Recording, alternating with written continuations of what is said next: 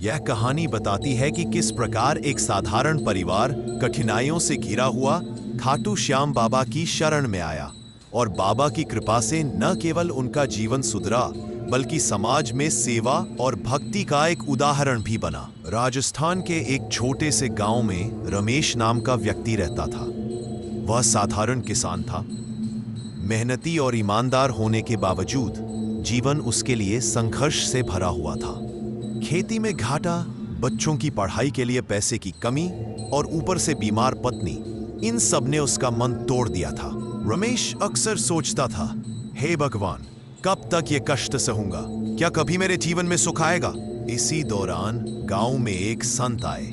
संत ने सबको खाटू श्याम बाबा की महिमा सुनाई और कहा, जो सच्चे मन से बाबा को याद करता है, बाबा उसके हर संकट का समाधान करते हैं। इन शब्दों ने रमेश के मन में आशा की एक किरण जगा दी। उसने निश्चय किया कि वह खाटू धाम जाएगा। रमेश ने पैसे इकट्ठे करके पत्नी और बच्चों को साथ लेकर खाटू धाम की पैदल यात्रा शुरू की। रास्ते में कठिनाइयां आईं, कभी भूख, कभी प्यास, कभी बच्चों का रोना, कभी पैर छिलना। लेकिन हर बार जब वह श्याम नाम जपता, उसे नई शक्ति मिलती।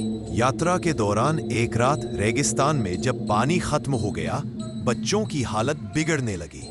रमेश हताश हो गया। तभी अचानक एक साधु मिले जिन्होंने पानी और भोजन दिया और कहा, भाई, चिंता मत करो, श्याम बाबा तुम्हारे साथ है। सुबह जब रमेश ने पीछे मुड़कर देखा तो साधु कहीं दिखाई नहीं दिए। रमेश को समझ आ गया, यह कोई और नहीं, स्वयं श्याम बाबा का चमत्कार था। कई दिन की यात्रा के बाद रमेश परिवार सहित खाटू धाम पहुंचा। दरबार की भव्यता देखकर उसकी आंखें भर आई। वह रोते हुए बोला, बाबा, अब मैं हार गया हूं, अब आपकी शरण में आया हूं, मेरी नाव अब आप ही पार लगाइए। भीड़ में खड़े खड़े उसकी पत्नी को अचानक अजीब सी अनुभूति हुई। जिस बीमारी से वह वर्षों से परेशान थी, उसी क्षण उसका दर्द जैसे गायब हो गया। रमेश ने इसे बाबा की कृपा माना। खाटू धाम से लौटने के बाद रमेश के जीवन में धीरे धीरे सब बदलने लगा। खेतों में इस बार फसल खूब हुई। बच्चों की पढ़ाई के लिए गांव के ही एक दानवीर आगे आए। पत्नी पूरी तरह स्वस्थ हो गई। रमेश अब केवल अपने परिवार के लिए नहीं जी रहा था, बल्कि गांव में गरीब बच्चों को पढ़ाने लगा और मदद करने लगा।